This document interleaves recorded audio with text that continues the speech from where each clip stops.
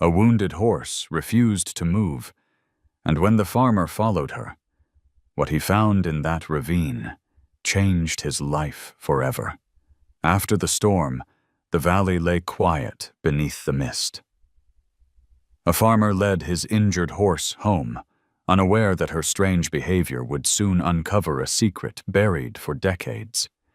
When the horse stopped at the edge of a ravine and refused to move, he thought it was stubbornness, until he heard the faint cry that would pull him back into life, love, and the echoes of the past. The storm had passed, but its memory still lingered across the Cascade foothills. The fields were soaked, the air heavy with the smell of wet pine and earth. Jacob Harris walked slowly along the muddy path, his boots sinking deep with every step. He held the reins of his white horse, Echo, whose left hind leg dragged slightly, leaving a faint line in the dark soil. The sky above was a bruised gray, sunlight fighting to break through the torn clouds. Jacob didn't speak. He hadn't spoken much to anyone in years. Since his wife, Claire, died of cancer 3 summers ago, silence had become his closest companion. He lived and worked alone on a small horse farm at the edge of town, a few acres of grass, a wooden barn that creaked in the wind, and a house filled with ghosts that smelled faintly of cedar and old photographs. Echo stumbled, and Jacob stopped, glancing down. "Come on, girl," he muttered, tugging the reins. His voice was rough, unused. The horse's breath rose in clouds, her eyes dark and wet under the fading light. She made a soft sound, part pain, part refusal. In the distance, thunder murmured its last complaint, rolling over the mountains like a tired sigh. The wind carried the faint scent of smoke from the town below, people burning damp wood to keep the night chill away. Jacob didn't look toward the town. He didn't look anywhere except at the ground before him. Behind him, at the edge of the barn, a small figure stood watching. Emily, his 11-year-old daughter. She clutched a sketchbook to her chest, its cover smudged with charcoal and pencil dust. On the top page, half finished, was a drawing of Echo and her mother standing beside her father under the same hill they now walked across. But the mother's face was never quite right. Emily had erased it too many times. She whispered softly, though no one could hear. "I just want Dad to smile again, like before." Jacob led Echo into the barn, the wood creaking under the weight of memory. Inside, the air was thick with the scent of hay and rainwater dripping through the roof. He tied the horse near the corner stall and fetched a bucket of water. His hands were rough, lined with small scars, the kind you collect from years of work and grief. He examined Echo's leg, a shallow cut, red around the edges but not deep. "You'll be fine," he said quietly, though it sounded like he was trying to convince himself. A framed photo on the wall caught his eye, Claire holding Echo's reins, sunlight bouncing off her auburn hair. The frame had gathered dust, and a strand of cobweb hung from the corner. Jacob reached out as if to wipe it, but stopped halfway. Instead, he turned back to the horse and muttered, "You were her favorite." Outside, rain began again, soft and steady. Emily's voice came faintly through the sound. "Dad, dinner's getting cold." "Go inside," he replied, not looking up. She hesitated. "Did you feed Echo?" "I said go inside." Her small footsteps faded away, swallowed by the rain. For a long moment, Jacob just stood there, staring at the floorboards, listening to the rhythm of droplets hitting the roof, like the ticking of a clock counting down to something he didn't want to face. Then Echo shifted. Her ears twitched toward the trees beyond the pasture, head lifting sharply. Jacob noticed the change immediately. "What is it?" he asked, stepping closer. The horse snorted, muscles tensing. Lightning flashed far away, revealing the dark line of the forest still slick from the storm.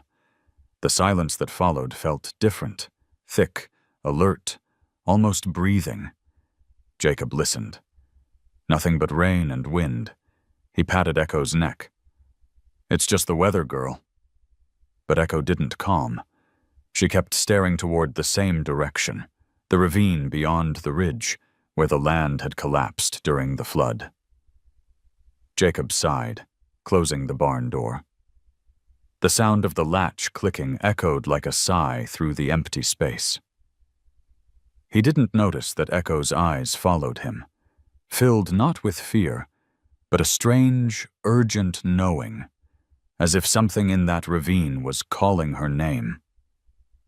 Later that night, as Jacob sat alone by the fire, the old clock ticking on the wall, he thought he heard a distant sound outside. A low, trembling whinny carried through the rain. He frowned, listening. For a second he thought it was just the wind, playing tricks again. But then, it came once more, softer this time, almost like a whisper from the dark. "Jacob." He rose from the chair, heart thudding. Echo's stall was just beyond the window, but when he looked out, she wasn't there. The door to the barn was open, swaying slightly in the storm's leftover wind. Jacob grabbed his coat, his breath fogging the glass. "Damn it, Echo," he muttered. "Not tonight." Outside, the rain had turned to mist, curling low around the ground like smoke. His flashlight beam cut through the fog, searching. Hoofprints led away from the barn, toward the ridge, toward that same ravine. And for the first time in years, Jacob felt something stir inside him.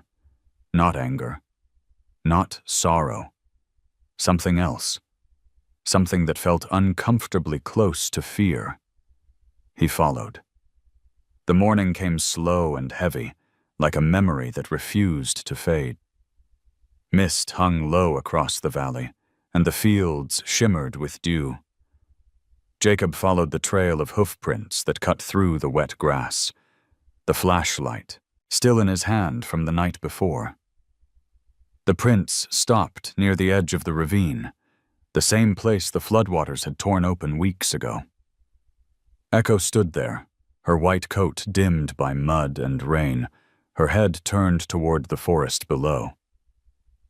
"Echo," Jacob called softly, his voice echoing faintly across the hollow. The horse flicked her ears, but didn't turn. Her front leg trembled slightly, and when Jacob tried to move closer, she took a hesitant step back, not away from him, but away from the edge, as if guarding something unseen. "Come on, girl," he muttered, tugging the reins gently. She refused. He pulled harder this time, frustration rising in his chest. "We've got work to do." Echo braced her weight, the muscles in her neck tightening. Her eyes never left that dark gap in the earth.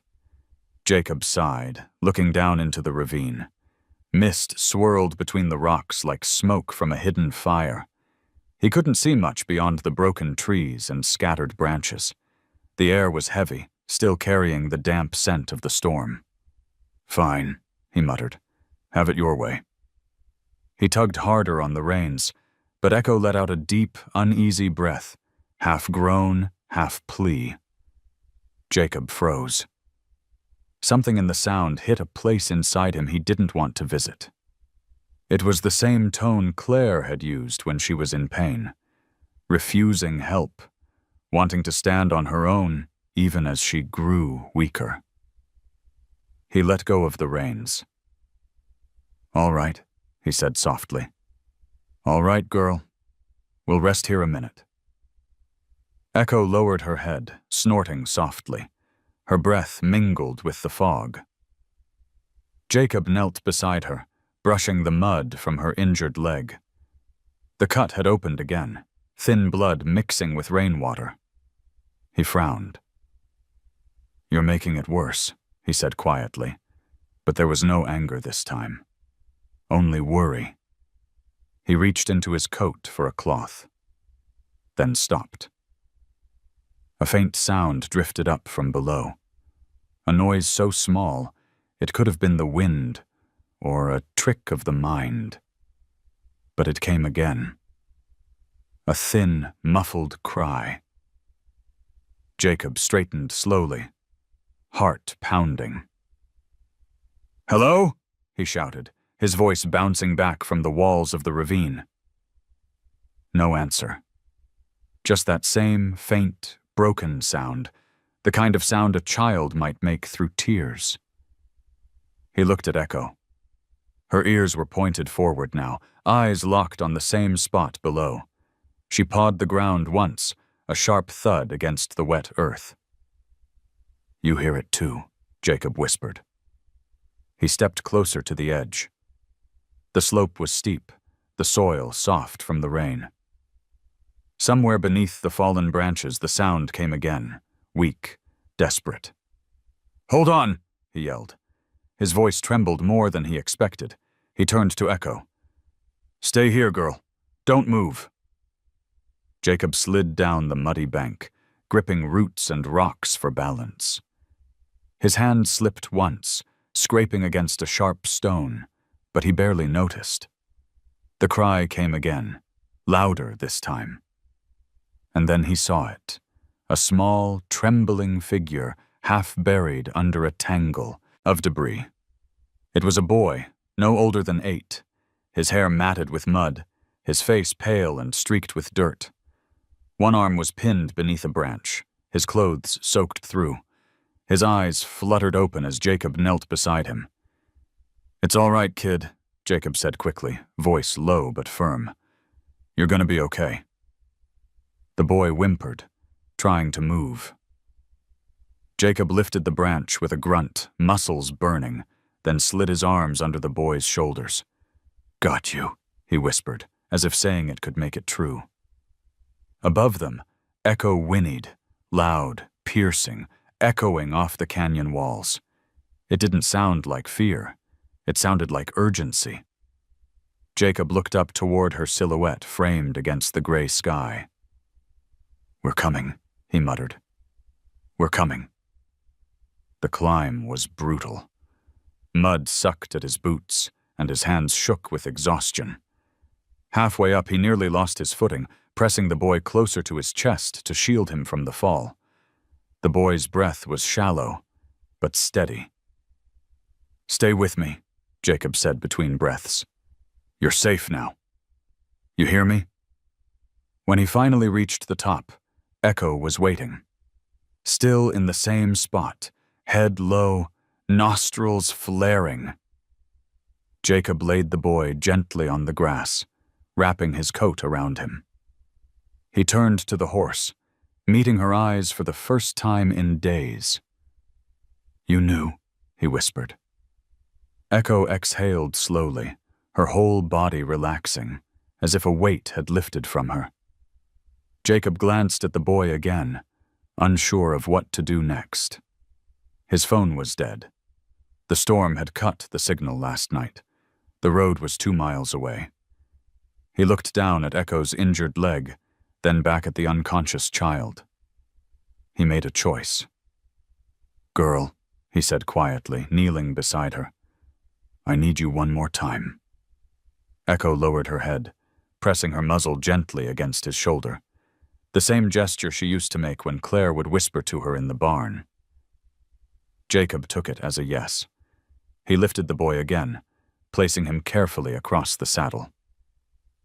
Echo stood still, patient. Jacob steadied him, then took the reins. "Let's get him home." As they began the slow walk back toward the farm, the fog thinned, revealing a slice of sunlight breaking through the clouds. It spilled across the field, warm and gold, touching everything it reached, the man, the horse, and the boy who had been found because one animal refused to move. Jacob glanced at the sky, whispering more to himself than to anyone else. Guess you were right again, Claire. Echo's ears flicked at the sound of her name, and for a brief, impossible moment, Jacob thought he heard her voice too, soft, distant, carried on the wind. Keep going. The wind had stilled, but the world felt restless. Clouds drifted low across the Cascade foothills, dragging long shadows over the valley. Jacob walked beside Echo, the boy wrapped in his coat and tied securely to the saddle. The horse limped slightly, but never hesitated. Her steady rhythm, the only sound besides Jacob's breath. The faint smell of wet pine and smoke filled the air, a reminder that the storm had only just loosened its grip on the land. Jacob's mind was a tangle of thoughts. Who was this child? How long had he been trapped down there?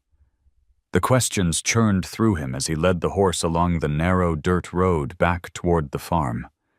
Occasionally, he glanced up at Echo, at the way her ears twitched with every sound. "You saved him," he murmured, his voice hoarse. "You really did." Echo flicked her tail, her breath fogging the cool morning air. There was something almost human in her calmness, something Jacob couldn't explain. It wasn't the first time she'd surprised him. Claire used to say the mare could feel things most people ignored, the shifts in weather, the mood of the people around her, even fear before it showed. Jacob used to laugh at that. But not today. When they reached the farmhouse, the morning light had begun to thin the fog, turning the fields to gold. Emily ran from the porch, her hair tangled from sleep, her eyes widening as she saw the boy draped across Echo's back. "Dad, what happened? Who is that?" Jacob raised a hand. "Get some blankets, Em, and the first aid kit." His voice was firm, steady, the tone she hadn't heard in years, the voice of someone who knew what to do. She obeyed without question, her bare feet splashing through puddles as she ran inside. He lifted the boy down, careful not to wake him. The child stirred, whispering something Jacob couldn't make out. His lips were pale, his face streaked with dirt and tears. Jacob carried him into the barn, warmer than the house, still smelling of hay, and the faint sweetness of the animals. He laid the boy on a pile of dry blankets as Emily returned, her small hands clutching the medical box. "His arm might be broken," Jacob said quietly, brushing mud from the boy's cheek. "He's lucky to be alive." Emily knelt beside him, her eyes full of worry. "What's his name?" "I don't know," Jacob admitted. "Couldn't ask." They worked in silence. Emily handed her father the bandages, and for the first time in a long while, Jacob didn't have to tell her twice what to do. He was surprised by her calmness, by how much she resembled her mother in moments like this. When the boy finally opened his eyes, they were blue, bright, uncertain, and full of fear. "You're safe," Jacob said softly. "You're at my farm. What's your name, son?" The boy hesitated, blinking against the light. "Noah," he whispered. Emily smiled gently. "Hi, Noah. I'm Emily. You're going to be okay." Noah tried to sit up, wincing in pain. Jacob steadied him. "Don't move too much. We'll get you to the sheriff as soon as you can stand." The flood," Noah murmured, his voice trembling. "I was walking home. Then the ground just—" He stopped, tears pooling in his eyes. Jacob put a hand on his shoulder. "You don't need to explain now. You're safe. That's all that matters." Outside, Echo whinnied softly, pacing near the open barn doors. Her hooves struck the ground in a restless rhythm, her head turning toward the ridge again. Emily noticed first. "Dad, she's looking that way again." Jacob frowned. "What is it now, girl?" Echo didn't move closer, just stared toward the mountains, ears pointed and still. Her tail flicked once. The tension in her body was unmistakable, not fear, but alertness, as if something unfinished remained out there. Jacob stepped outside, following her gaze. The forest beyond the ridge glistened under the light, peaceful, almost too peaceful. He exhaled, the memory of the ravine still burning behind his eyes. "You already did enough," he said quietly, almost like a prayer. "Rest." Echo lowered her head, but her eyes never left that direction. By noon, the sheriff's truck rattled down the dirt road, tires kicking up a spray of mud. Sheriff Collins, tall and broad-shouldered with a weathered face, climbed out. "Heard you found a kid." Jacob nodded. "Down the ravine near the old flood line. Could have died there." The sheriff crouched beside Noah, his voice softening. "You're a lucky boy. Folks been looking for you since yesterday morning." He glanced at Jacob. "How'd you find him?" Jacob hesitated, glancing at Echo outside the barn. "She wouldn't move, kept staring that way. I followed."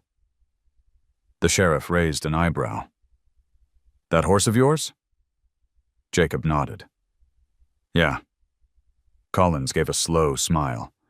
"Well, maybe she deserves a medal." Jacob didn't smile back, but something loosened inside him, a tightness he hadn't realized he'd carried. "She's just doing what she does," he said quietly. After they left, Emily stood beside her father, watching the truck disappear down the road. "Dad," she said softly, "Mom always said Echo could feel things we couldn't." Jacob looked down at her. "Yeah, she said that." Emily tilted her head. "Do you think Mom would have followed her too?" He didn't answer. Instead, he watched the horizon, the same horizon Claire used to paint when they first moved here, before the sickness, before the silence. The light shifted through the clouds, a pale gold brushing over the barn. Jacob whispered, barely audible. "Yeah, she would have." Echo huffed, her breath curling into the cool air. The sun broke through fully now, scattering light across the valley, and for the first time in a long while, Jacob felt something like peace, fragile, trembling, but real. Inside the barn, Noah stirred again. "Mr. Harris?" His voice was weak but clearer now. "There was something else down there. I saw it before I blacked out. A letter. I dropped it." Jacob turned, his brow furrowing. "A letter?" The boy nodded slowly. "It was in an old envelope. I thought it was trash, but it had someone's name on it." Jacob exchanged a glance with Emily. The echo of the wind hummed faintly through the barn, soft, distant, and haunting. "Don't worry about that now," Jacob said gently. "Rest. We'll find it later." But even as he spoke, a strange unease rippled through him, like the world had whispered something he wasn't ready to hear yet. Outside, Echo lifted her head once more and stared toward the ravine, her mane glowing gold in the afternoon sun. The faint cry that had led them there was gone. But something else had begun to call. The next morning came with the stillness that follows heavy rain. Mist clung to the treetops, and the valley was wrapped in silver light. Jacob woke early, long before Emily stirred. The events of the previous day replayed in his mind.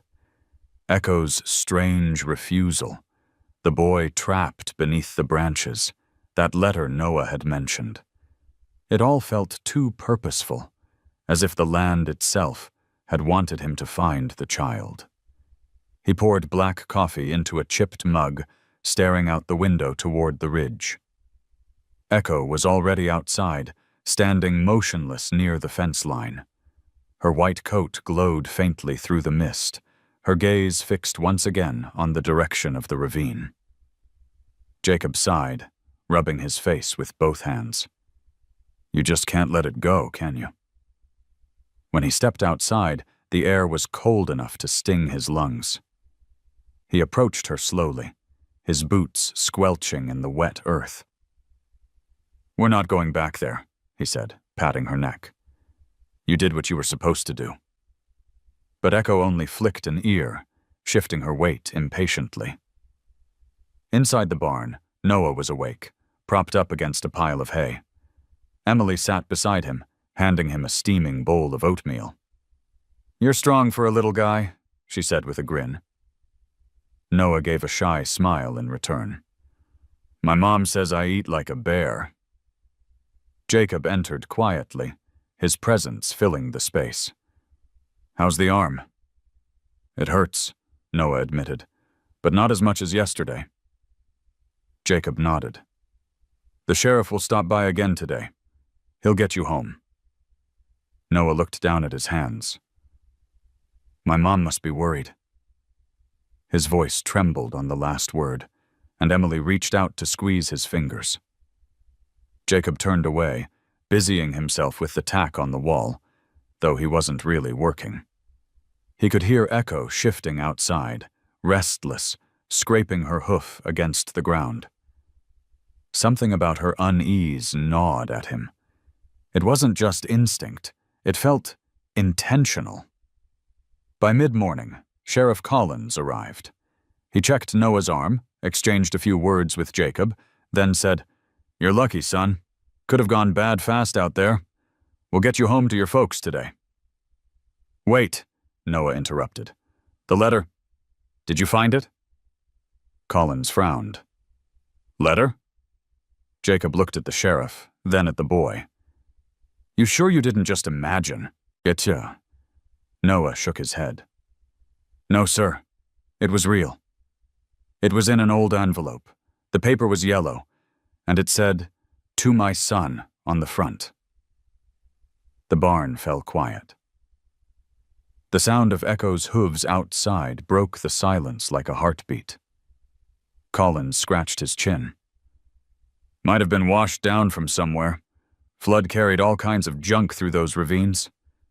You want me to take a look? Jacob hesitated. A part of him wanted to forget it, to leave the strange, haunting details buried under mud and rain.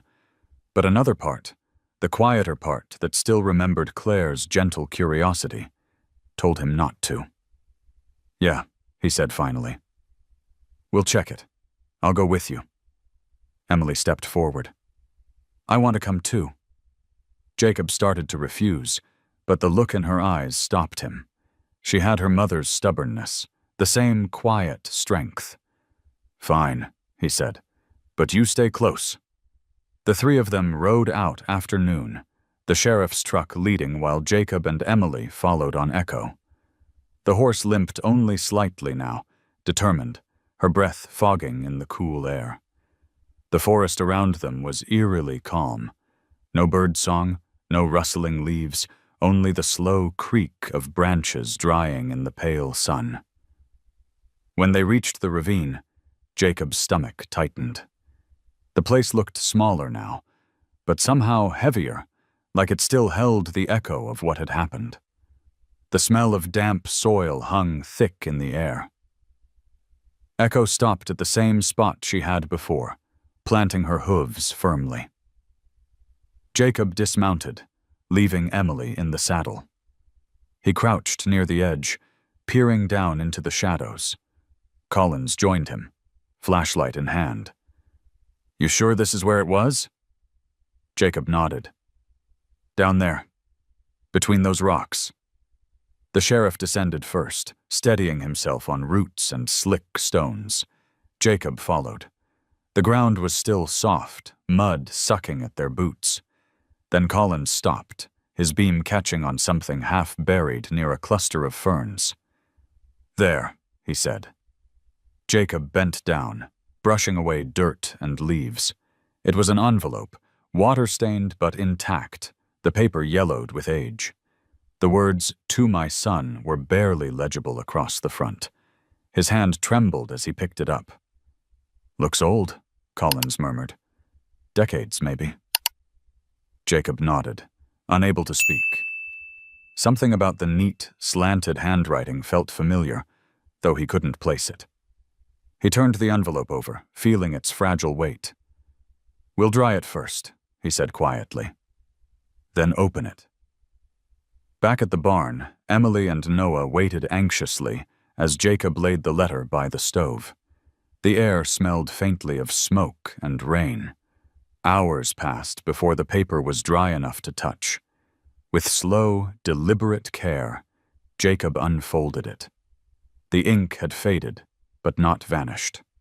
The first line read, "If you ever find this, know that I loved you more than my silence ever showed." The words struck Jacob like a blow. His throat tightened. He read further, though the sentences broke apart in places where the water had blurred the ink. "I wasn't a good man. I worked too much. I kept my love quiet because I thought you already knew." Jacob's vision blurred. He blinked hard, the edges of the room melting into light and shadow. Emily watched him, her small hands trembling. "Dad, what is it?" He shook his head, folding the letter shut. "It's just someone's old words," he said softly, but his voice betrayed him. Noah looked from Jacob to the letter. "It sounds like my dad," he whispered. Jacob forced a faint smile. "Maybe it was meant for someone like you." Outside, Echo whinnied, her voice rising clear and long into the evening air. It wasn't a sound of fear or pain. It was something else, something that made every person in the barn look up. The sound lingered, stretching through the quiet hills. Emily stepped toward the door, watching the last light of day fade over the ridge. "It's like she's trying to tell us something," she said. Jacob didn't answer. He just stood there, holding the letter against his chest, as if afraid the wind might take it, or bring back something he wasn't ready to face. Behind him, the stove crackled softly, and for a moment, the smell of burning wood reminded him of Claire's perfume. Faint, comforting, gone too soon. He closed his eyes, and in the hush that followed, he thought he heard her voice again. A whisper wrapped in Echo's call, carried by the wind. "Listen." The night fell slowly over the Cascade foothills, smothering the last of the golden light. Inside the barn, the lamplight wavered against the wooden walls, painting shadows that moved like ghosts. Jacob sat at the small workbench, the letter lying before him. Its edges were curled, its ink faded, but the words pulsed with something alive, something that had waited years to be heard. He couldn't stop rereading that first line. "If you ever find this, know that I loved you more than my silence ever showed." The handwriting was elegant, almost careful, like a man who wrote rarely but meant every word. Jacob's rough hands trembled as he traced the ink with his thumb. He wasn't sure why this letter struck him so hard. It wasn't addressed to him, yet somehow it felt written for him. Behind him, Emily's small footsteps broke the stillness. She came carrying 2 mugs of cocoa, her oversized sweater brushing against the floor. "You've been sitting here for hours, Dad." "I know. Did you find out who wrote it?" He shook his head. "No name, just the words." Emily leaned closer, studying the fragile paper. Her eyes softened. "It's sad, isn't it? Like somebody wanted to say sorry but never got the chance." Jacob nodded but didn't answer. His throat was too tight. Outside, Echo let out a soft huff, shifting her weight in the stall. The sound drew Jacob's eyes for a moment. "She's been quiet tonight," Emily whispered, "like she's waiting for something."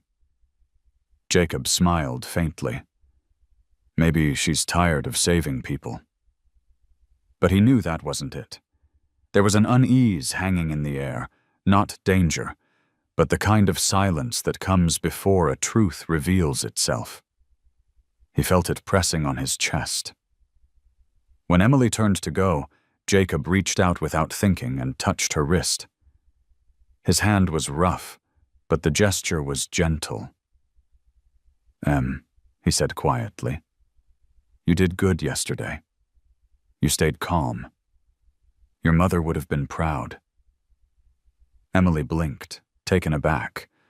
Compliments from him were rare, fragile things. "Thanks, Dad," she murmured. Then, after a pause, "Do you miss her every day?" He looked down at his hands, the calluses catching the light. "Every morning," he said softly. "Every night." Emily nodded, biting her lip to keep from crying. "Me too." Jacob managed a small smile, the kind that cracked his face open for the first time in months. "You should sleep," he said. "You've had enough excitement for 1 week." When she left, the barn felt larger, emptier. The letter lay between his elbows, whispering memories he couldn't name. He thought of all the things he'd never said to Claire, how he'd buried his grief under chores, how he'd shut Emily out because silence felt safer than breaking again. The letter's last line caught his eye. "If you ever find this, forgive me for being the kind of father who loved quietly." Jacob stared at the words until they blurred. His chest ached, but in that ache there was recognition. He whispered to the paper, "I know exactly what you mean." A sudden sound outside snapped him from his thoughts, a sharp, clear whinny. Echo. Jacob stood and stepped into the cold night. The sky was full of stars, clean and endless after the rain. Echo was standing near the fence, her head lifted high, ears pointed toward the road. Jacob frowned. "What is it now?" From the distance, a pair of headlights appeared, winding slowly up the muddy track. It was Sheriff Collins's truck, its beams cutting through the mist. Jacob walked to meet him, his boots crunching against the gravel. The sheriff climbed out, holding his hat against the wind. "Evening, Jacob. Sorry to bother you again." "No trouble," Jacob said. "The boy's asleep." "Good," Collins replied. "His parents are on their way. Drove all night from the next county over." Jacob nodded. "He'll be glad." Collins looked at him for a long moment, then at the folded letter Jacob still held. "That the thing you found?" "Yeah. You mind if I take it? Might help track who it belonged to." Jacob hesitated, thumb brushing the paper's edge. A strange reluctance washed over him, as though giving it up meant losing something he hadn't finished learning from. Finally, he handed it over. "Be careful with it," he said quietly. The sheriff tipped his hat. "Always am, when the truck drove off. Jacob returned to the fence where Echo stood. The moonlight gleamed across her mane. "You happy now?" he muttered. She blinked, then nudged his shoulder gently. It made him chuckle despite himself. "You think you've got this all figured out, don't you?" He turned toward the house, ready to rest for the first time in days. But before he stepped inside, Emily's voice drifted from her window. "Dad?" "Yeah?" "You smiled," she said softly. "It's been a long time since you did that." Jacob looked up at her, and for a moment the weight of the past 3 years lifted just enough for him to breathe. "Maybe I finally had a reason to," he replied. She smiled back, small but true, then closed her window against the chill. Jacob stood there for a while longer, looking at the stars. They shimmered like the reflection of something long forgotten, but never lost. Behind him, Echo pawed the ground and gave one soft, low whinny, almost like a lullaby. Inside the barn, the empty table where the letter had rested caught the lamplight. The faint imprint of moisture on the wood looked almost like the shape of a hand, small, delicate, like someone reaching out to say it's not over yet. Jacob noticed it as he closed the door, and for the first time, he didn't feel alone. Dawn came with a thin mist rolling low over the pastures. The grass shimmered silver under the weak sunlight, and a cold stillness clung to the land. Jacob awoke to the faint sound of hooves outside, steady and patient. Echo stood by the fence again, her breath clouding the morning air, her ears pricked toward the mountains as though listening to something distant. Jacob stepped out onto the porch, pulling on his jacket. "You're at it again," he murmured, his voice rough from sleep. The horse lifted her head and stared back at him, motionless, expectant. It wasn't the usual restlessness. It felt like insistence, a silent demand. Behind him, Emily appeared, rubbing her eyes. "She's been like that since sunrise," she said quietly. "She hasn't eaten either." Jacob frowned. "Still thinking about that ravine, huh?" Emily shrugged. "Maybe there's something else down there. Maybe she knows." He almost laughed, but couldn't. Something about her certainty reminded him of Claire, that calm intuition that never needed proof. "Fine," he sighed. "We'll check one last time. Then maybe she'll rest." By the time they saddled up, the sun had begun to pierce the fog, painting thin ribbons of gold across the field. The air smelled of pine sap and wet soil. As they rode, Emily's small hands gripped the saddle horn, her sketchbook strapped across her shoulder. "Do you think the letter belonged to someone from town?" she asked. Jacob squinted toward the horizon. "Hard to say. Sheriff Collins thinks it washed down from the ridge after the flood." "But you don't believe that," she said. He hesitated. "No, I don't."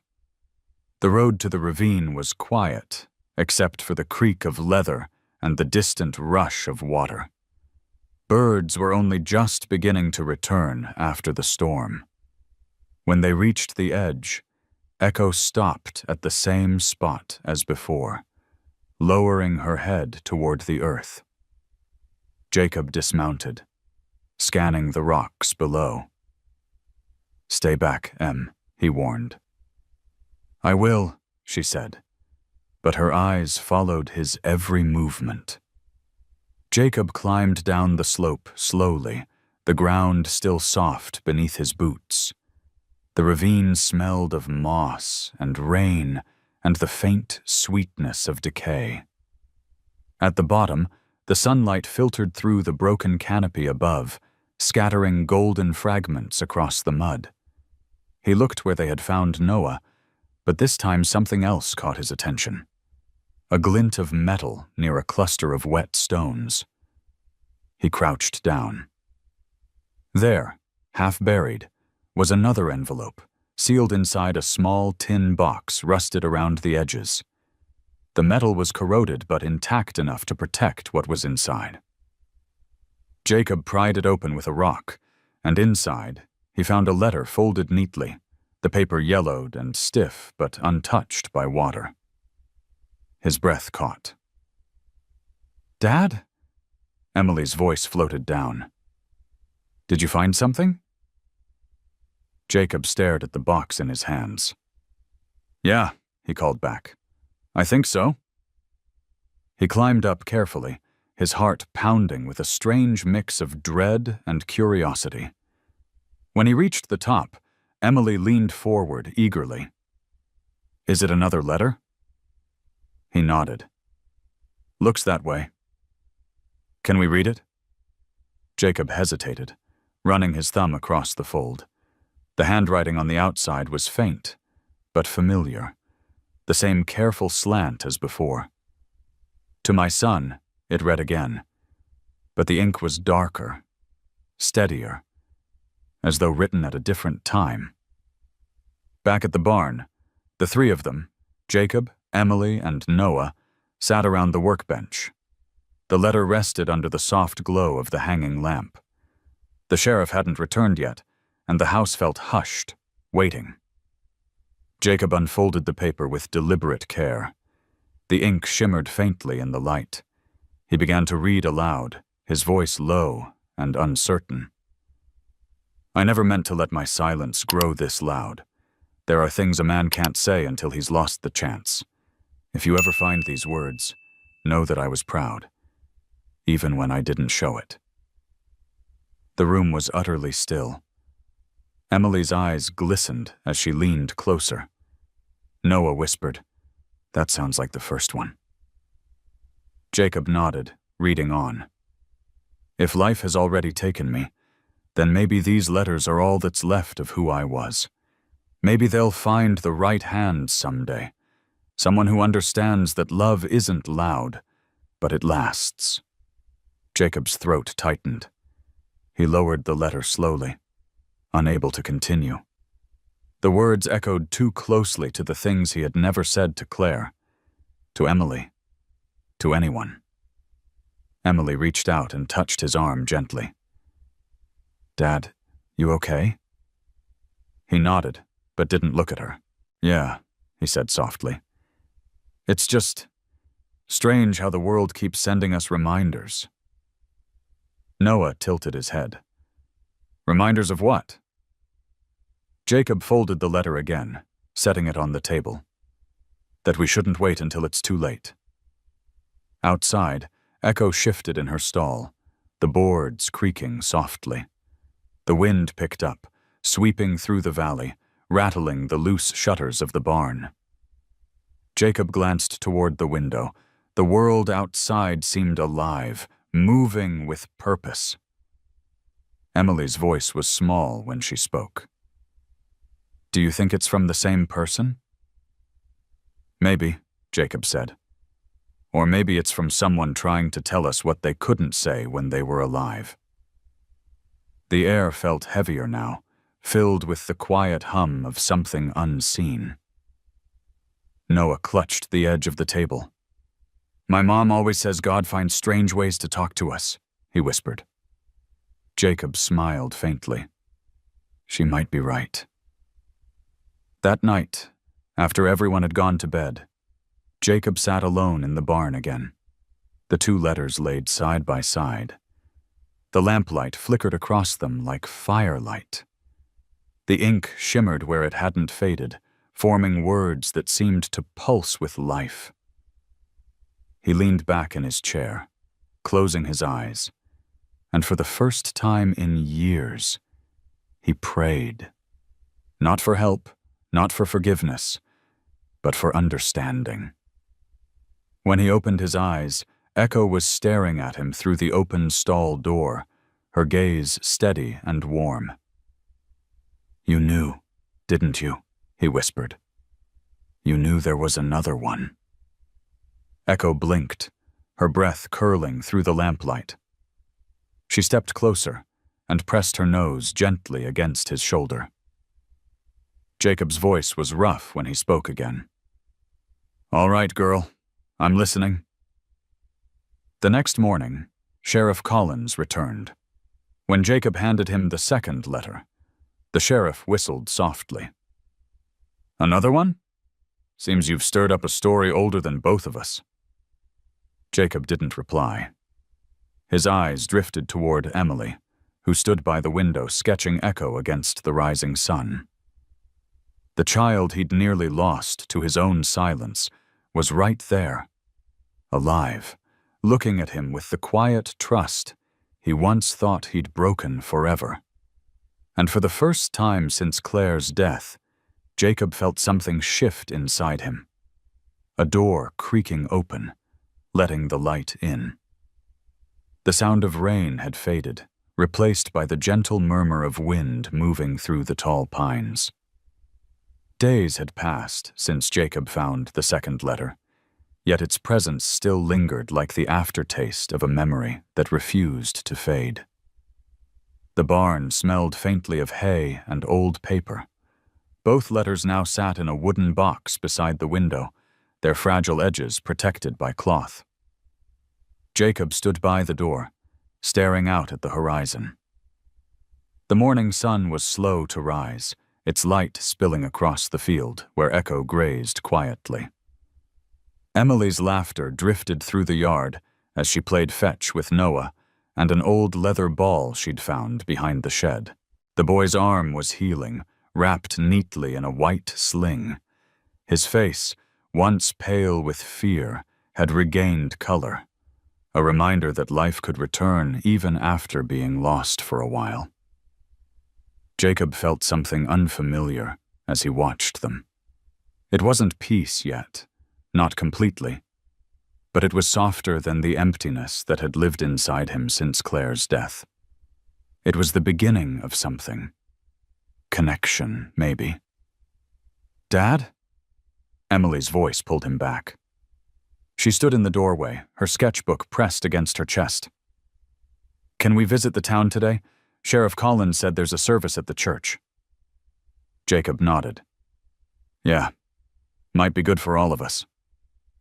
The town of Cascade Ridge was small, tucked between the mountain roads and the river.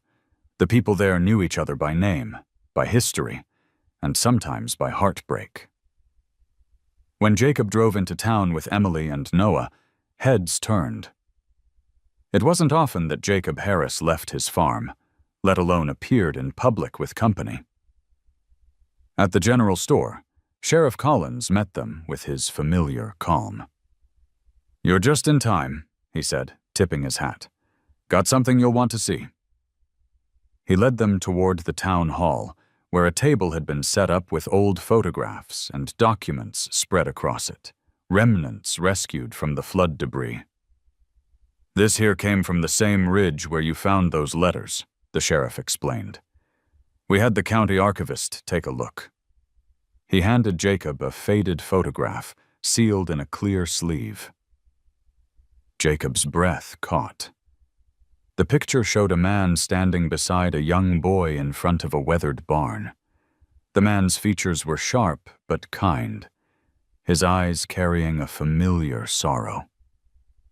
The caption scrawled on the back read, "William Grant, Cascade Ridge, 1972. "Grant?" Jacob repeated quietly. "That's the old family that owned the logging camp up the mountain." Collins nodded. "The same. Seems these letters belonged to him. There's record he lost his son in a flood nearly 50 years ago. They never found the boy's body, only the father's notes scattered near the river." Jacob turned the photo over again, studying the man's face. Something in his eyes, the weight, the restraint, felt achingly familiar. "He looks like someone who never learned how to say what mattered," Jacob murmured. The sheriff gave a small, knowing smile. "Maybe that's why his words waited this long to find the right hands." Emily touched Jacob's arm gently. "Maybe they were meant for you, Dad." He looked at her, startled. "For me?" She nodded. "You found them. Echo led you to them. Maybe they were waiting for someone who'd understand." Jacob didn't know how to answer. The notion felt too big, too impossible, yet part of him believed it. He turned toward the window, where rain had begun to patter against the glass. "If that's true," he said softly, "then maybe I owe that man a thank you." That evening, back at the farm, the rain thickened into a steady downpour. The sound of it against the tin roof filled the silence. Emily and Noah sat near the fire, their laughter rising and falling like the warmth from the flames. Jacob watched them for a while before standing and walking to the barn. Echo was there, waiting. Her coat gleamed in the lantern light, her mane tangled but beautiful. She turned her head as he approached, eyes calm and knowing. Jacob stroked her neck. "You were the one who started all this," he said. "You made me look." Echo snorted softly, her breath warm against his hand. Jacob leaned against the stall door, letting the smell of hay and rain ground him. "You know," he murmured, "I used to think silence was easier, safer, but it's not. It just makes you forget what love sounds like." For a moment, the world felt still. Then, from the far end of the barn, came a faint creak. Emily had entered quietly, holding something in her hand, the photograph from town. "You should keep this," she said, offering it to him. Jacob took it, his fingers brushing hers. "You think so?" "Yeah," she said simply. "Because you know what it means." He nodded, setting the photo on the wall beam above Echo's stall. The image of William Grant and his son watched over them now, a silent witness to everything they had learned. Later that night, after Emily and Noah had gone to bed, Jacob returned to the barn again. The letters rested beside the lantern, the photo above them. He sat down, elbows on his knees, and whispered to the empty air, "I never told Claire enough. Never told Emily I was proud of her. I thought they knew. Maybe this is my chance to say it, even if it's late." Echo stirred softly, her tail swishing through the straw. The rain outside slowed to a drizzle. Jacob lifted his eyes toward the rafters, where the wind hummed through the cracks. "If you can hear me, Claire," he said, his voice breaking just slightly, "thank you for sending this horse to me. She reminded me how to listen again." He didn't expect an answer, but somewhere beyond the sound of the rain, he thought he heard it anyway. Faint, tender, like a breath carried on the wind. "I never stopped listening." Jacob smiled, small and weary, as Echo lowered her head beside him. The lamplight flickered once, then steadied. The past had not returned to haunt him. It had returned to heal. The church bell rang once, its sound rippling through the quiet streets of Cascade Ridge, like a memory stirring after a long sleep. The sky was overcast, heavy with unshed rain, and the mountains were veiled in mist. Jacob parked his truck in front of the small, white chapel, the same place where Claire's funeral had been held 3 years earlier. He hadn't stepped foot inside since. Emily walked beside him, clutching her sketchbook against her chest, while Noah trailed behind, shy and curious. People turned as they entered. Old neighbors, townsfolk who remembered Jacob as the man who used to smile easily, before grief had settled into his bones. Sheriff Collins waved them over, his expression solemn but kind. "Glad you made it," he said. "I think this might be something worth hearing." Inside, the church was warm and dim, lit by candles flickering in the tall windows. The pews creaked as people took their seats. At the front stood a simple wooden lectern, and, beside it, a display table with 2 yellowed envelopes laid carefully under glass. Jacob's stomach tightened when he saw them. The letters he'd found in the ravine. Collins stepped to the lectern, removing his hat. "Most of you know about the discovery made after the storm. Letters from a man named William Grant, written sometime around 1970. His words were never delivered, washed away by the floods that took both his son and his home. Today, I'd like to read them aloud, because sometimes the past needs a voice to finish what it started." A hush fell over the church. Rain began to patter softly against the roof, as if the sky were listening too. Collins unfolded the first letter, his voice steady but tender as he read. "If you ever find this, know that I loved you more than my silence ever showed. I wasn't good with words, but that never meant I didn't feel them. I kept my love quiet, because I thought you already knew." Jacob's throat closed. He looked at Emily, who sat straight-backed, her small hands folded in her lap. Her eyes glistened, mirroring his own reflection of loss, not just for Claire, but for all the words he'd never said. The sheriff continued, his voice trembling slightly now. "I worked too hard. I missed too many dinners. I thought I had more time. If there's anything left of me when you read this, let it be the truth that I was proud, not because of what you did, but because of who you were." The sound of quiet sobs rippled through the pews. Faces bent low, hands wiped tears. This wasn't just one man's confession.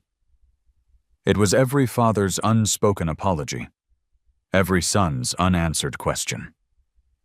When the reading ended, silence lingered, heavy, sacred.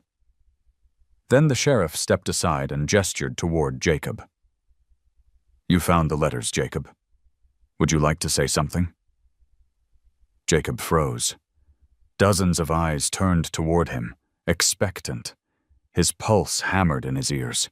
For years he had avoided speaking, at funerals, at gatherings, even at home. But now, surrounded by the echoes of a man who'd also failed to speak in time, he rose. He walked slowly to the lectern, resting both hands on its edge. His voice came out low at first, rough like gravel.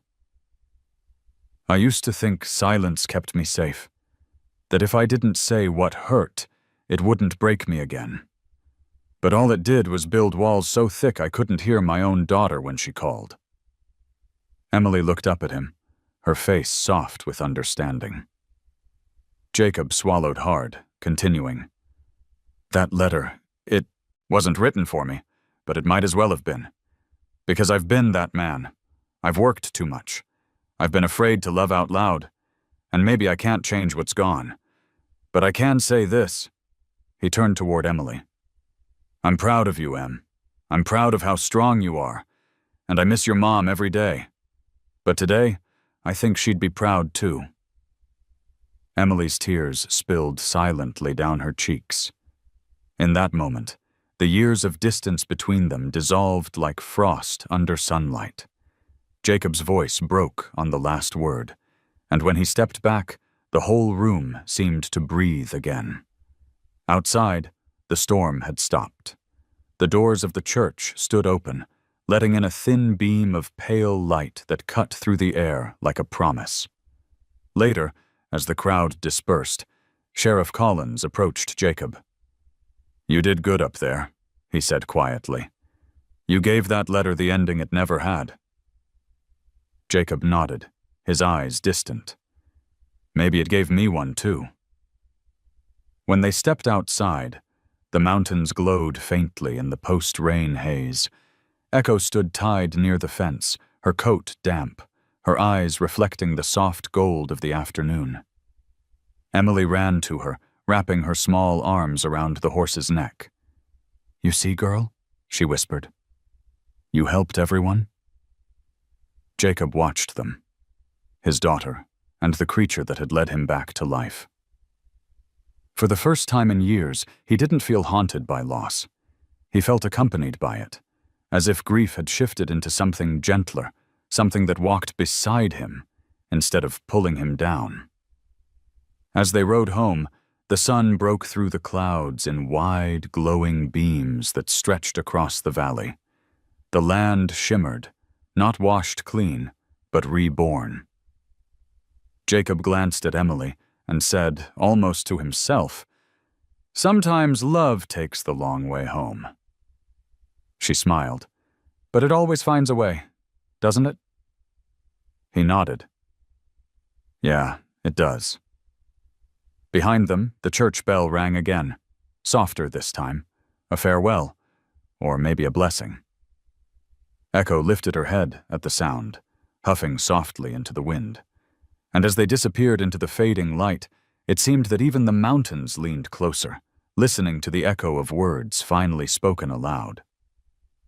Morning sunlight spilled through the kitchen window, catching the steam rising from Jacob's coffee mug. The house, once silent and heavy, now carried soft sounds. Emily humming while she drew, the kettle whistling faintly, the rhythmic scrape of Echo's hooves on the dirt outside. It was the kind of quiet that felt alive, not empty. The town's church service had left a trace in everyone's heart, a feeling that lingered like warmth after a fire. People had stopped by the farm the day before, leaving pies, flowers, and thank-you notes. Some wanted to talk about the letters, others just wanted to see the man whose horse had uncovered them. Jacob found it strange, being noticed again after hiding for so long. He looked out the window. Emily sat by the fence with Noah, showing him how to shade the legs of a horse in her sketchbook. Echo stood behind them, patient and still, her tail swaying lazily. The sight stirred something deep in Jacob, a kind of fragile peace he didn't dare name. He stepped outside, the morning air cool and sweet. "You two planning to draw the whole ranch?" he teased. Emily grinned. "Only the best parts." Noah pointed at Echo. "She's the hero. She has to be in every picture." Jacob smiled, rubbing the horse's neck. "She's earned that, I guess." Emily looked up, her eyes curious. "Dad, what'll happen to the letters now?" He hesitated. "Sheriff's keeping them safe for now. Says the county wants to archive them. But do you think they still matter?" Jacob thought for a long moment, his gaze drifting toward the hills. "Yeah," he said softly.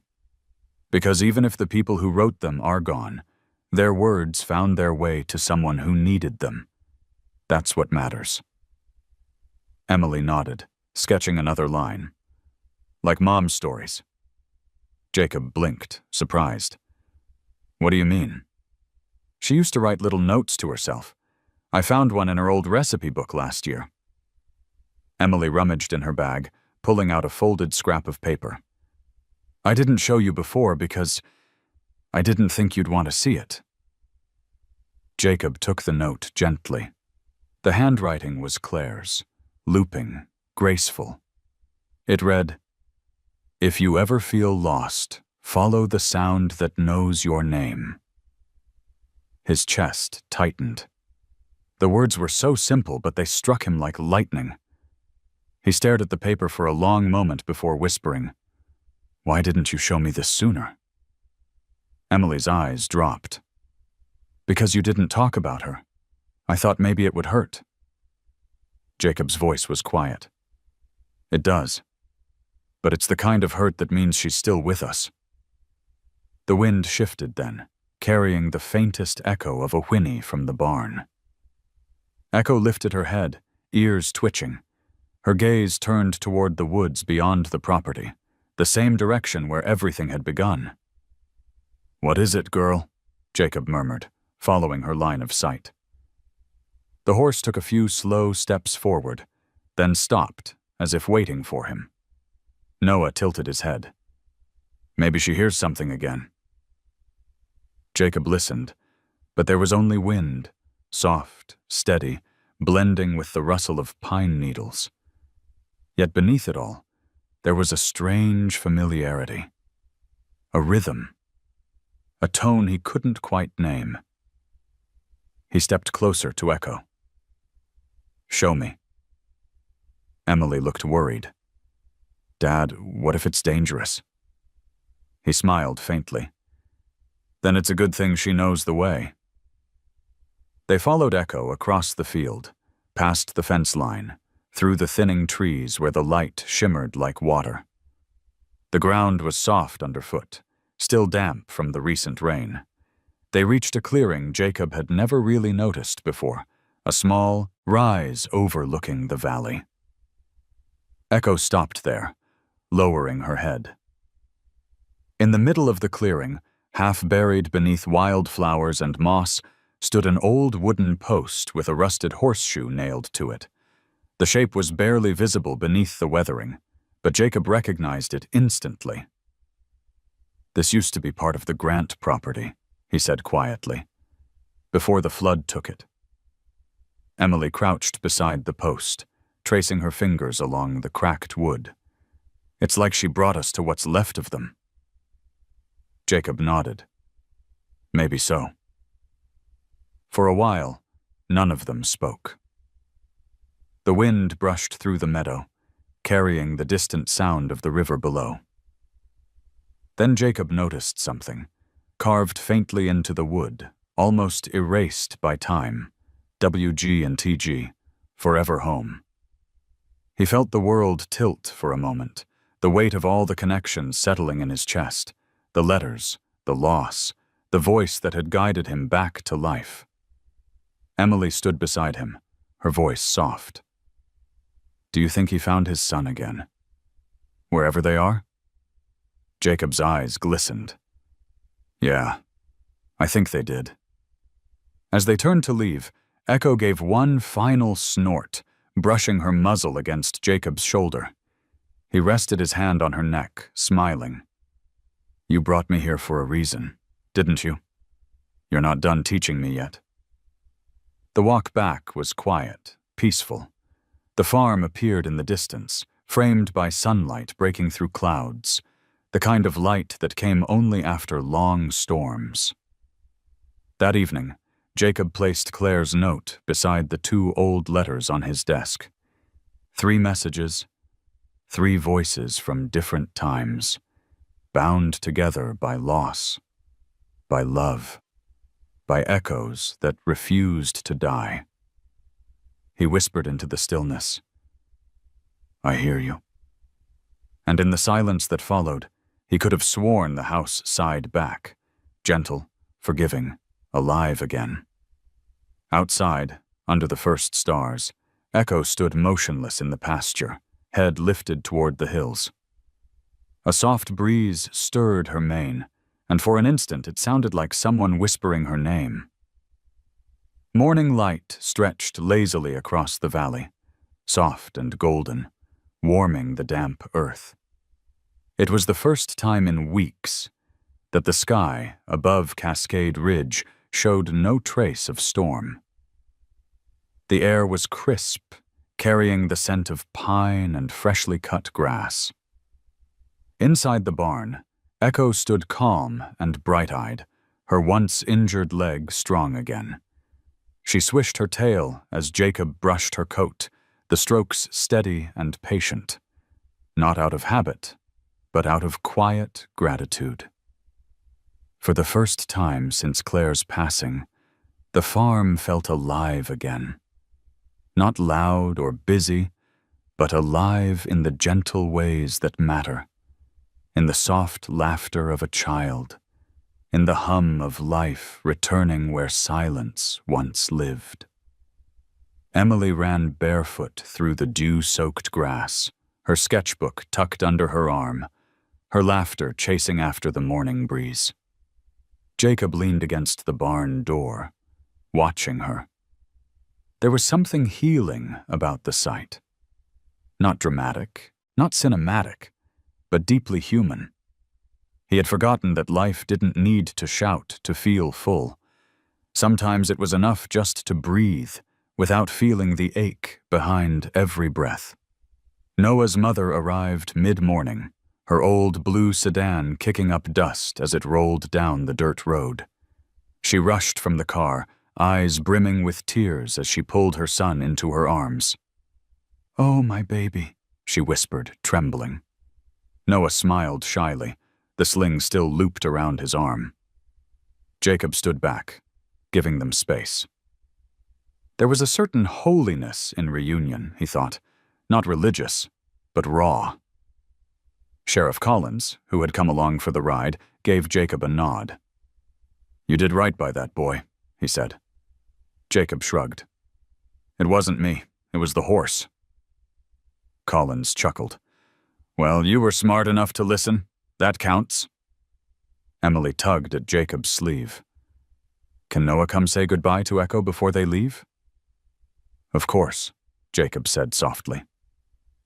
The boy walked up to the mare, his small hand brushing her neck. Echo lowered her head to meet him, her breath warm and steady. "Thank you," Noah whispered.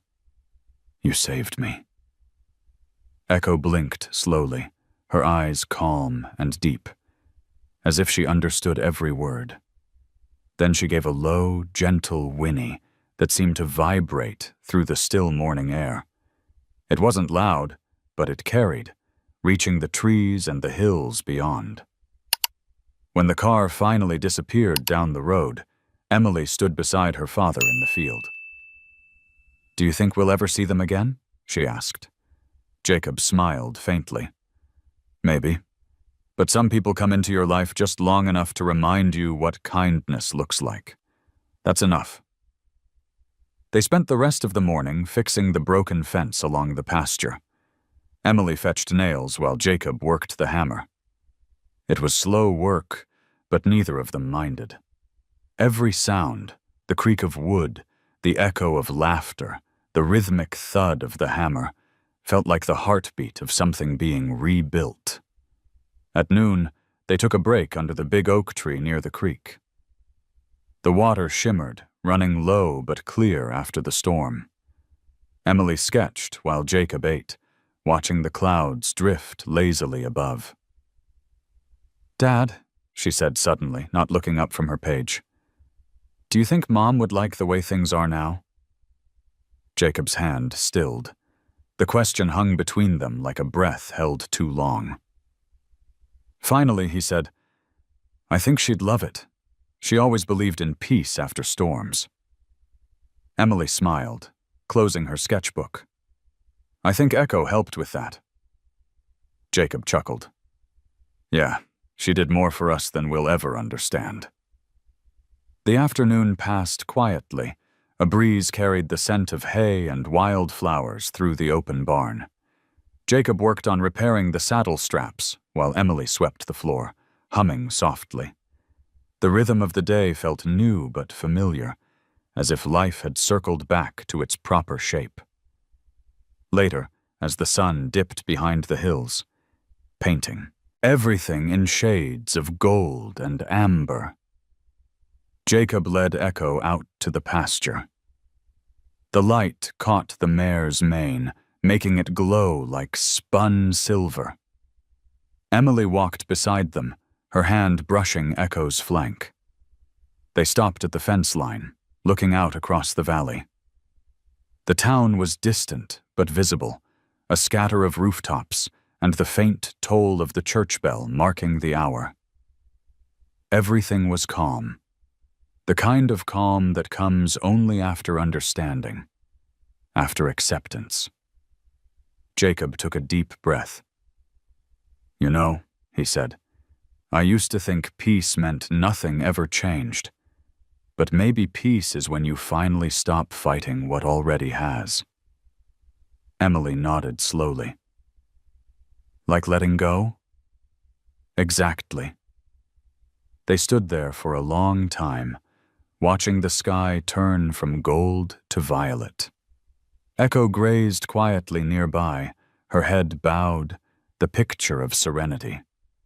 The wind played with Emily's hair, and Jacob reached over to tuck a loose strand behind her ear, a small, instinctive gesture, but one that felt monumental.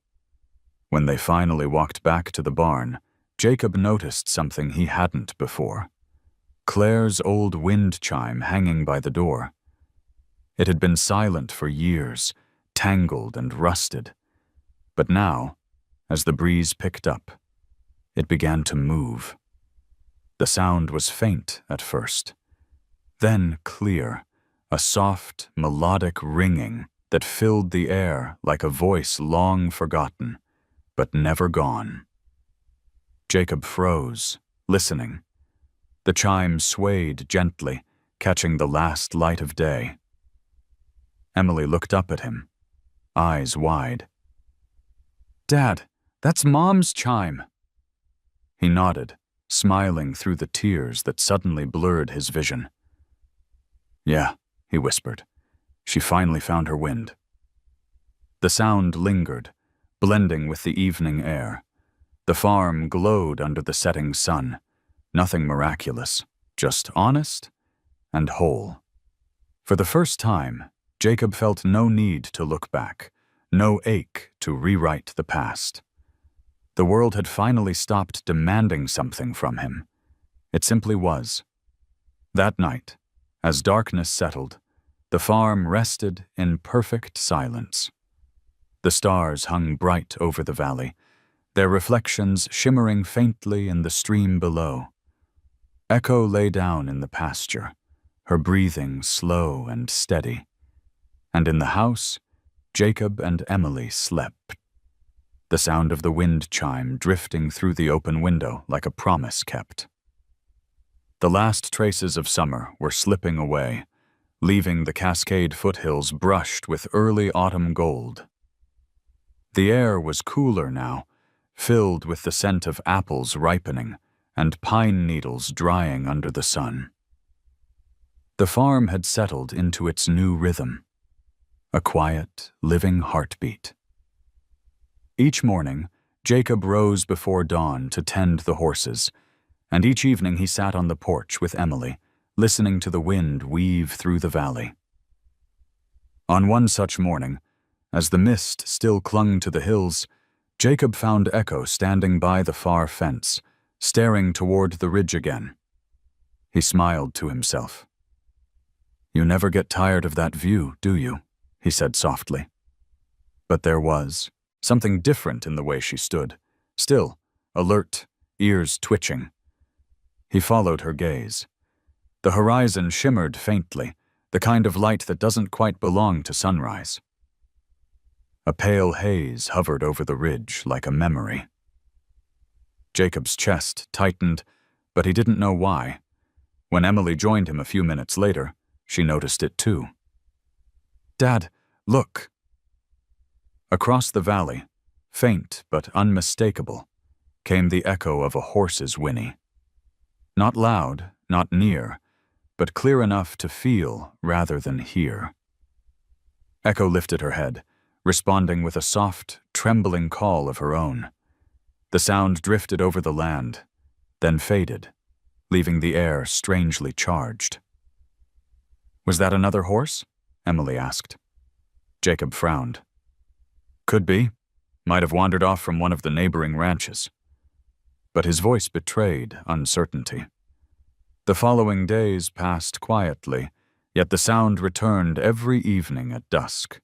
Faint, distant, almost sorrowful. Echo would always answer, her tone low and steady, as if speaking to something unseen. Jacob couldn't explain it, and for reasons he couldn't name, he didn't want to. By the third evening, the air had turned sharp and cold. The sky was streaked with silver clouds, and a restless wind swept through the valley. Jacob sat on the porch, sharpening a fence post, when Emily appeared in the doorway. "It's happening again," she whispered. He looked up. Echo stood in the field, her body tense, staring toward the ridge as that haunting call floated across the valley once more. Jacob set the knife down and rose. "Stay here, Em." "No," she said quickly. "Not this time." They walked together toward the pasture, the light fading into dusk. The world seemed to hold its breath.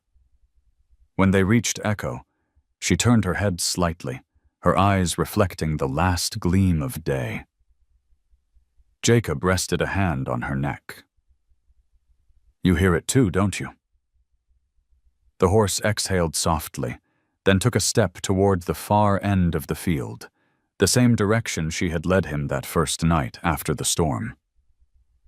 Jacob hesitated, but Emily tugged his sleeve. Dad, maybe it's leading us somewhere again. He stared at her, the words striking something deep within him. Maybe, he murmured. Or maybe it's just reminding us. They followed as Echo walked slowly toward the ridge path. The sun had slipped behind the mountains, and the first stars began to pierce the purple sky. The air smelled faintly of rain, even though no storm was coming. When they reached the clearing above the ravine, the place where everything had begun, Echo stopped. She pawed the ground once, then stood still, her ears pricked. The valley below was dark and silent, save for the whisper of the wind. Jacob looked around, puzzled. "What are we supposed to see, girl?" Then, as the last light of evening faded, something caught his eye. A flicker of movement near the base of an old pine. He stepped closer and froze. There, carved, faintly into the bark, were letters. The same initials he'd seen before, WG and TG. But below them, barely visible under the moss, was a newer carving, CH and JH. Jacob's breath caught. He brushed the moss away, tracing the lines with his fingers. It was their initials, Claire Harris and Jacob Harris, carved long ago when they'd first bought this land. He'd forgotten about it, forgotten that she'd brought him here one evening years back to carve it while laughing about how forever should have a place on Earth. Emily stood beside him, her voice trembling. "You and Mom, you did this?" He nodded slowly. "Yeah. She said the wind would remember us even when we forgot ourselves." He turned toward Echo, who stood still as stone, her mane rippling slightly in the wind. "You brought me back here for this," he whispered. "To remember."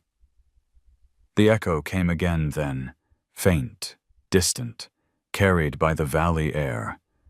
But this time, Jacob understood. It wasn't another horse calling. It was the land returning his own voice, the sound of all he had lost and found again. Emily slipped her hand into his. "It's beautiful," she said softly. Jacob swallowed hard. "Yeah, it is." They stood there until the stars brightened fully, the world bathed in pale light. The past no longer felt like a weight.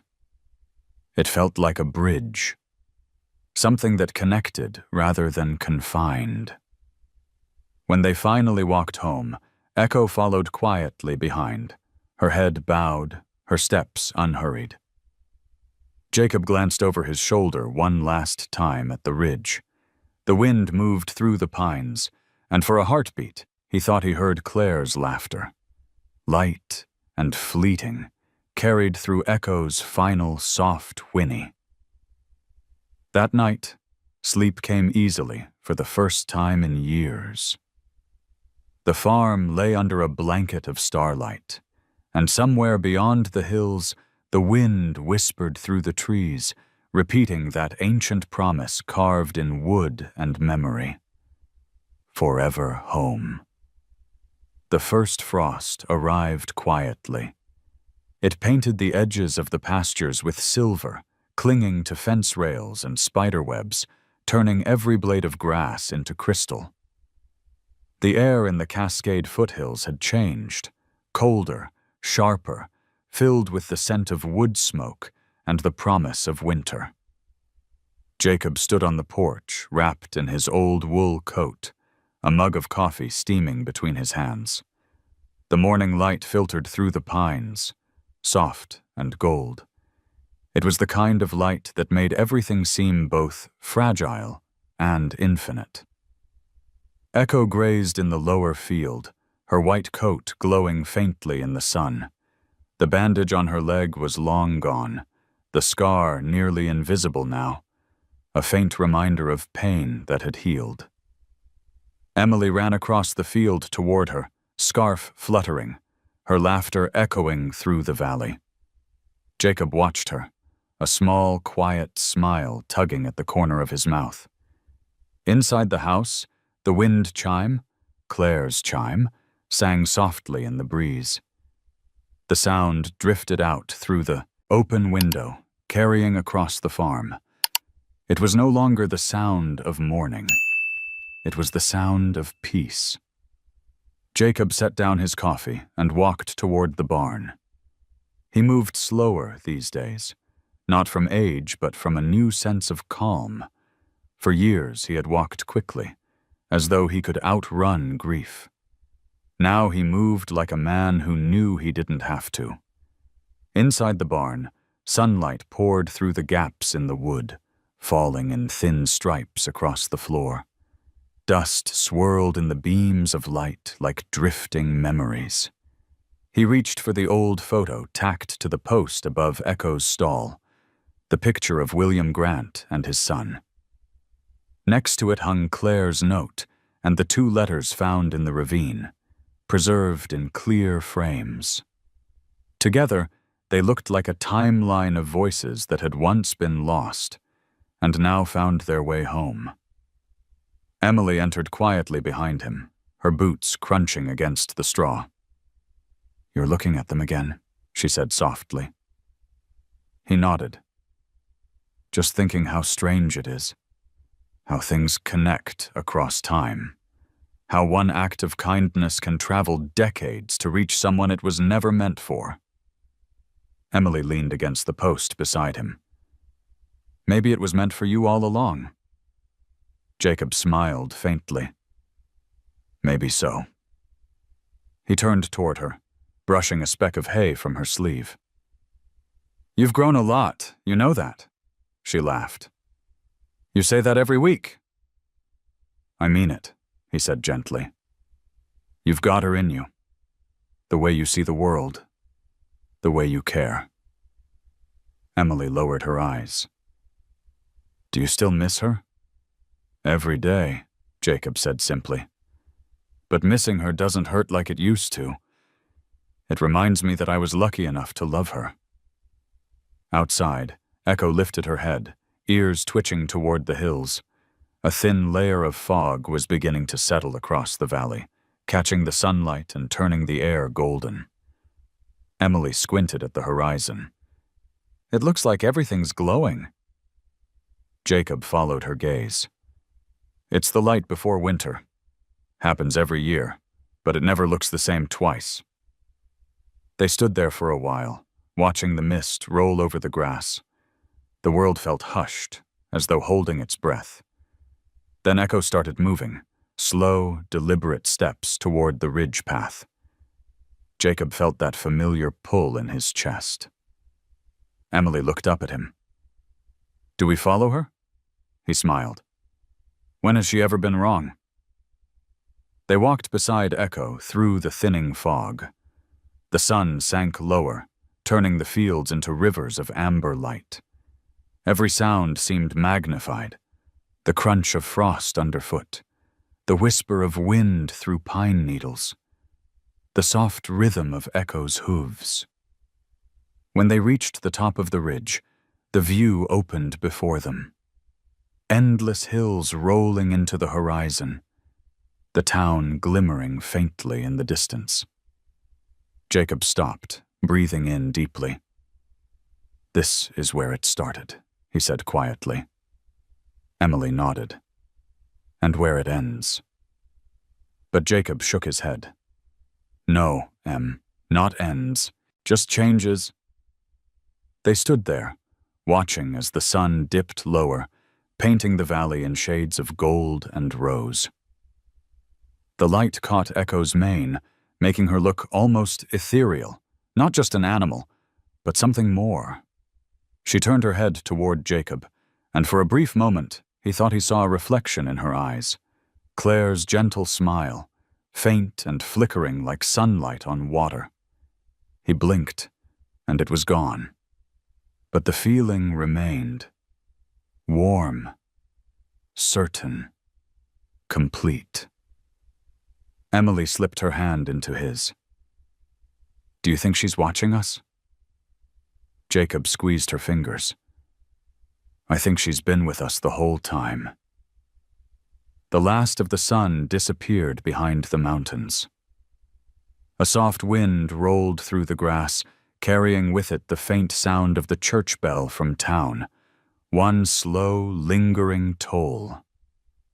Echo lifted her head, gave a low, steady whinny, and the sound rose through the valley like an echo answering the bell.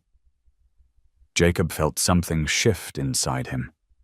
Not loss, not sorrow, but the quiet fullness of gratitude.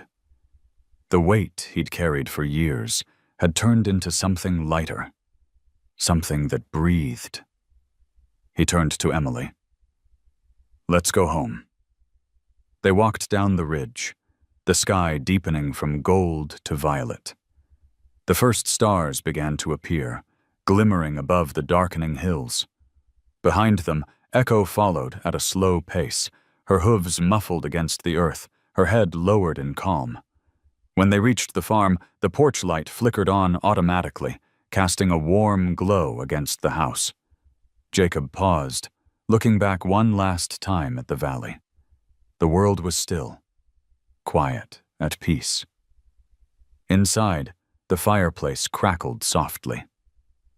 Emily curled up on the couch, sketchbook open on her knees. Jacob poured himself a cup of tea and sat beside her. She was drawing again, the three of them on the ridge, the sunset stretching wide behind them. Echo stood in the center, her mane flowing, her eyes gentle. Jacob watched in silence until she finished. That's beautiful, he said. Emily smiled. It's us. He nodded, a tear catching the light in his eye. Yeah, it is. Outside, the night settled over the valley like a blanket. The wind chime stirred once, twice, and then fell silent, not because the wind had stopped, but because there was nothing left to say. And as Jacob turned off the lamp, the last light faded from the room, not into darkness, but into peace. Sometimes all it takes is one voice, even from a horse, to remind us what love really means. If this story touched your heart, type 1 in the comments to let me know you felt it too. And don't forget to subscribe, because the next story might be the one that stays with you forever.